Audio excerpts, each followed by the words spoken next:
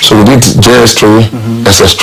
And then I got admitted to University of Nigeria, Nsukka, that is moving from Oba to Onitsha to Nsukka. I'm a village boy, born, bred, everything. Yeah. Did you always want to be a business person when you were young? I'm not planning in my life. But actually, okay, they wanted me to be a medical doctor because then, you know, they measure intelligence by your position in class. So I was coming tops first. But they didn't know I wasn't science inclined. I was more art inclined. So when we did the WAEC, I cleared all my arts subjects. Then got pass in mathematics, in physics, and in chemistry. But biology, I got an A. Then instead of literature, I now applied to do GCE. I now did literature instead of geography. I now got an A. So I applied to read law in University of Nigeria because people say I used to argue a lot, so law will fit me. So I now switched from the expectation of me reading medicine to law.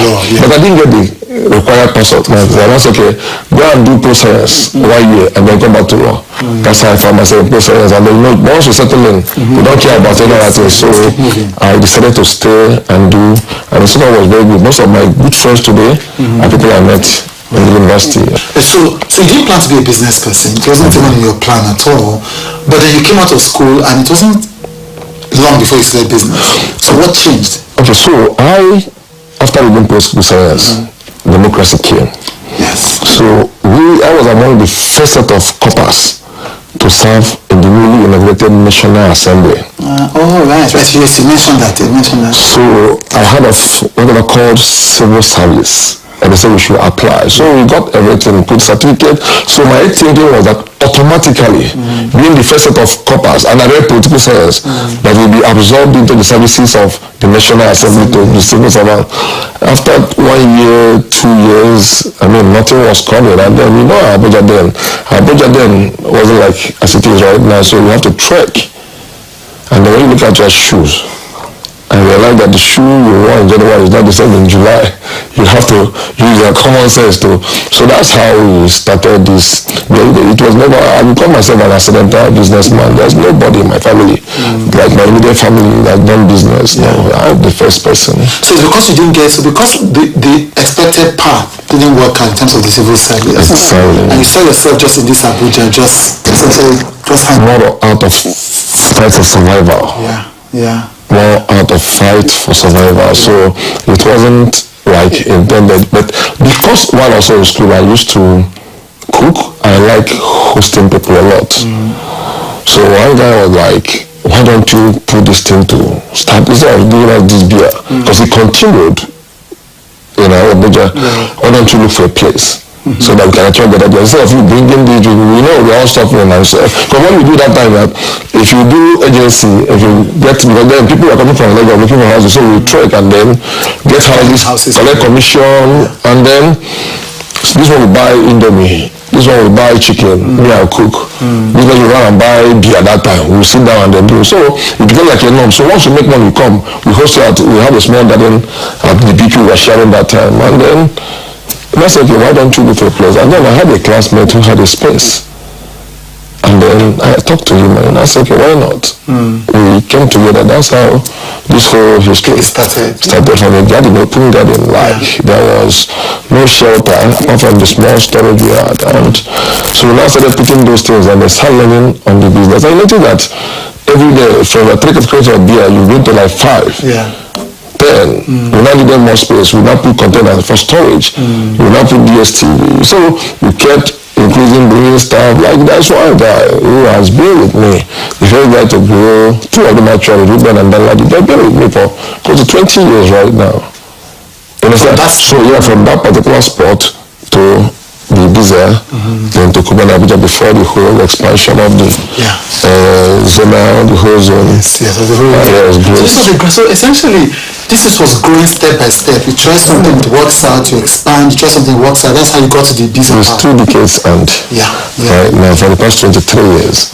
Because it's 24 years that I came out of school and I served. We served 1999, so that's the 25th year actually.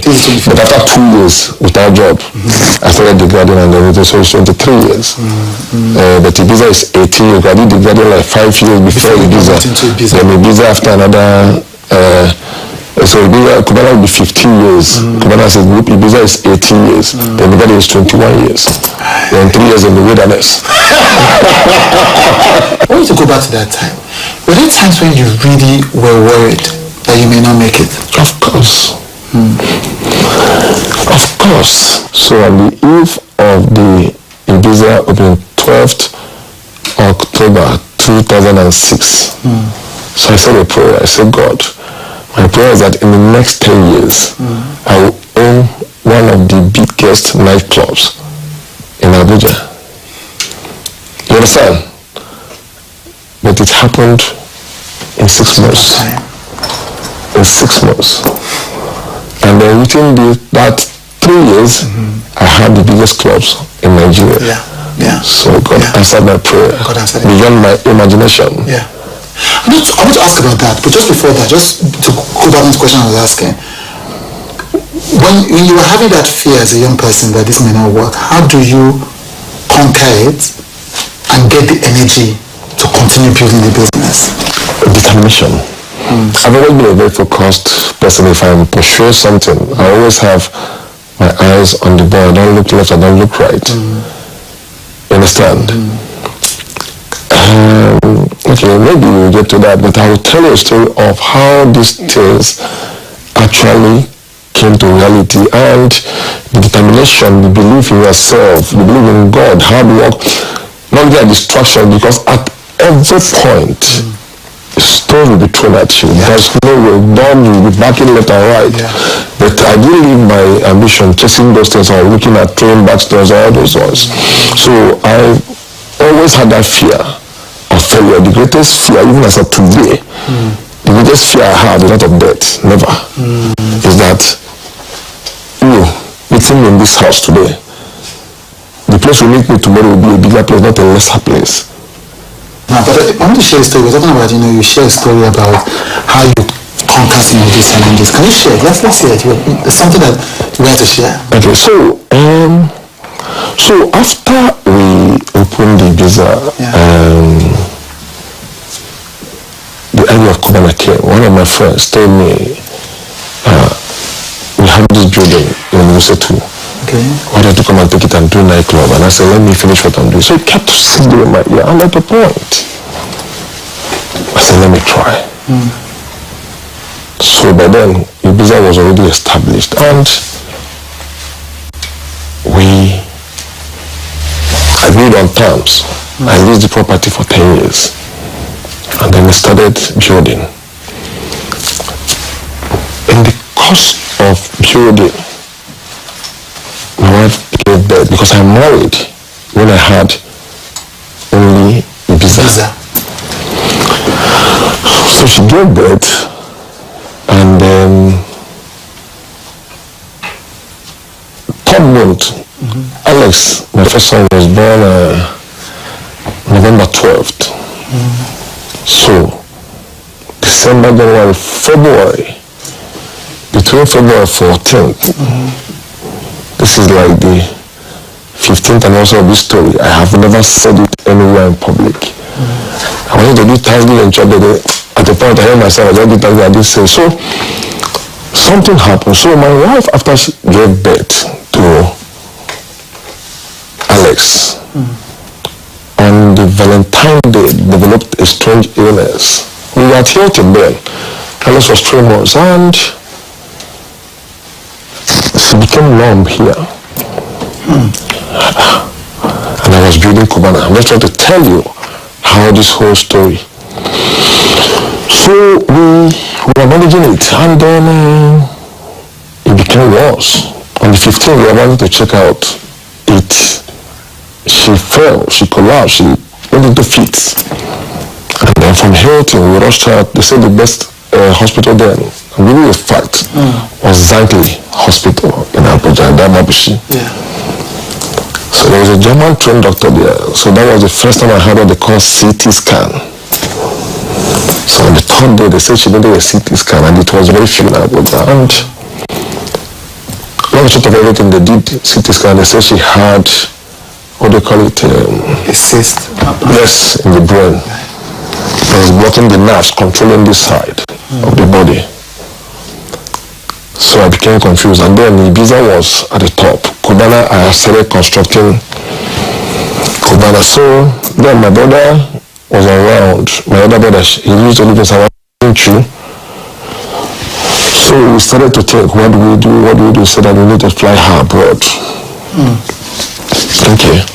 Fast forward, so we were able to, things worked very well that time. We called South African embassy. My sister was the account manager at Diamond Bank then. They gave us visa, gave the sister visa to go with us. So went to South Africa. It became worse. It was bad. I wouldn't really hold details because of time. But the summary is that in the midst of all this,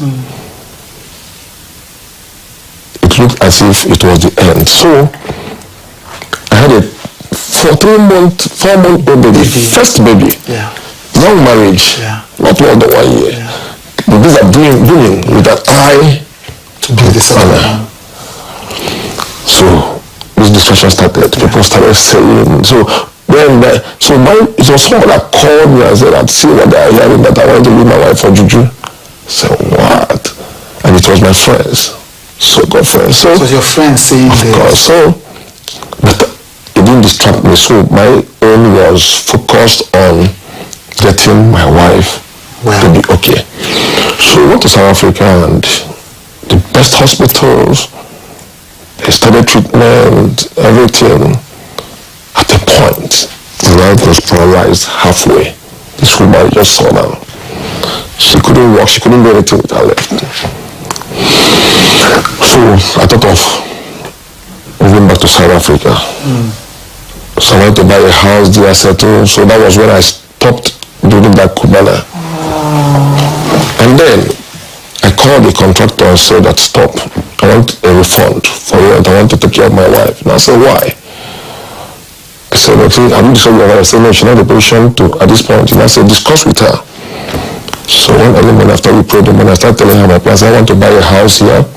And I made a lot of money in Nigeria, but I don't like because of what people are saying, and I can't carry you back this way. Paralyzed. I mean, how do you train this boy and everything? I said, OBI, go back to Nigeria, I'll be fine. You see, my wife, when people see me and my wife very close, they don't know what we've been through. So she was battling for her life, but she was rooting for me to go back and finish my dream, because she knew how passionate I was about this project. I said, no. She said that I'll be fine. That God, who has given me this baby, will keep me alive to take care of him. So after 1 month, I went back. I contacted the guy, let's continue. So I was visiting every 2 weeks. There was direct flight there in South Africa. Every 2 weeks I was at. So I spent 2 weeks in South Africa.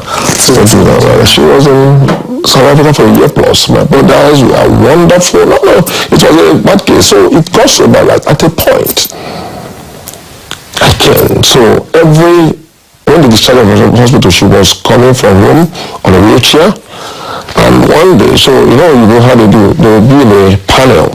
The 5 professors, doctors, German, English, South African, everybody. So the person taking care of the brain is not the same person taking care of the. So they're just different. I said, Professor Micah, remember her name. And I said, how are you? I said, fine. So okay, they brought the whole test on the table.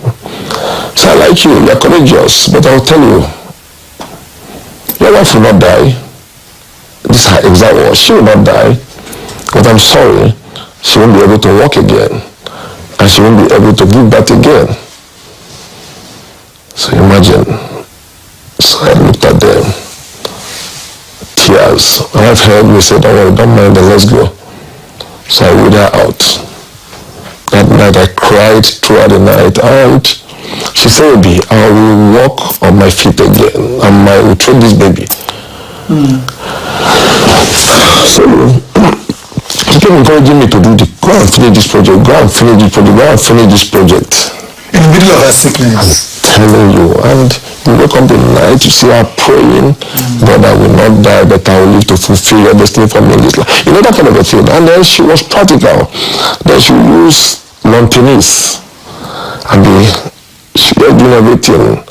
You know, people will come now, normal, they will give you anointing oil, she will say, do that, that is okay, but in her faith. So she was really the force behind, and because left to me, I would have went to South Africa, so eventually, she proved everyone wrong.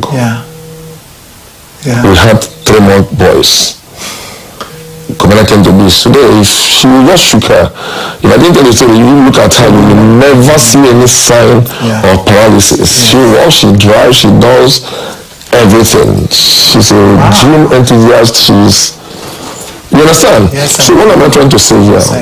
Belief, faith, strong mind, no distractions. Because if I started listening to all those things people are saying, I would have run away.